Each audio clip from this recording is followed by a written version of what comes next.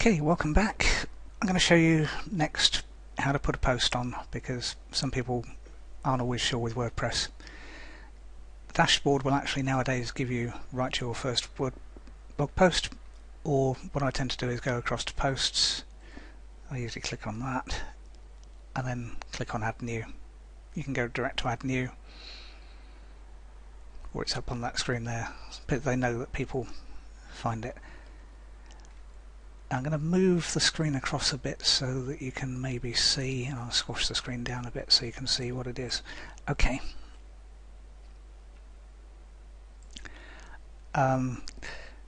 You'd put your post title in, so post title goes here,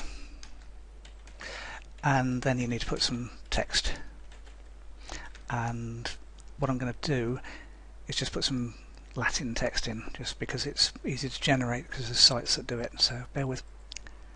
Okay, the Latin's meaningless, it's just what typewriter, well, printers and things have used as placeholder text effectively.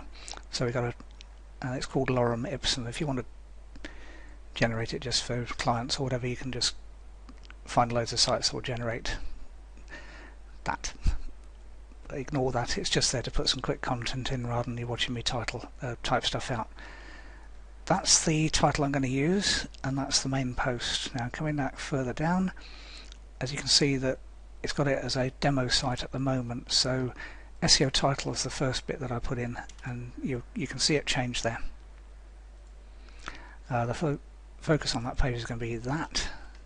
Wouldn't normally be, but that's it. And then the meta description is just going to be, normally you would craft this, because I'll show you what it does in a second, but let's put some gibberish in. I'm sure Romans would disagree with me, and that tells me that I've got less characters left. Now, right, what that'll do, meta description is limited. Actually, let's go back to the title. The title's limited to 70 characters. I'd go with 65 rather than 70. What happens is that Google will cut it off after that. Well, in fact before that usually. So 65 to 70 characters is your title.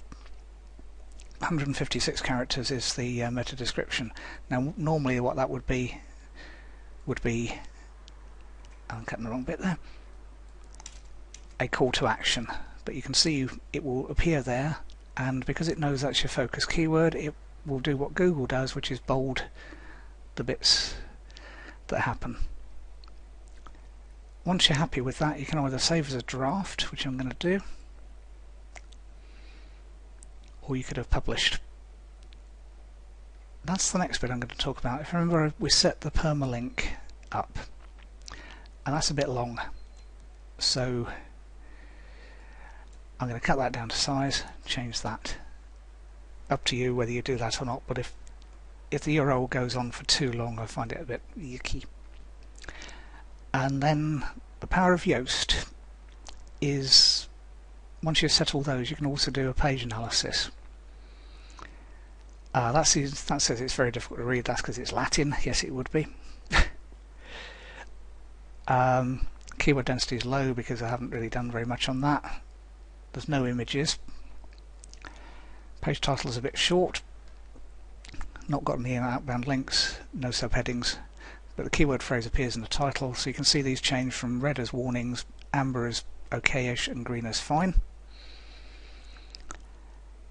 And you can follow through the recommendations as you see fit, really. Advanced, generally you wouldn't go into here. The defaults are fine.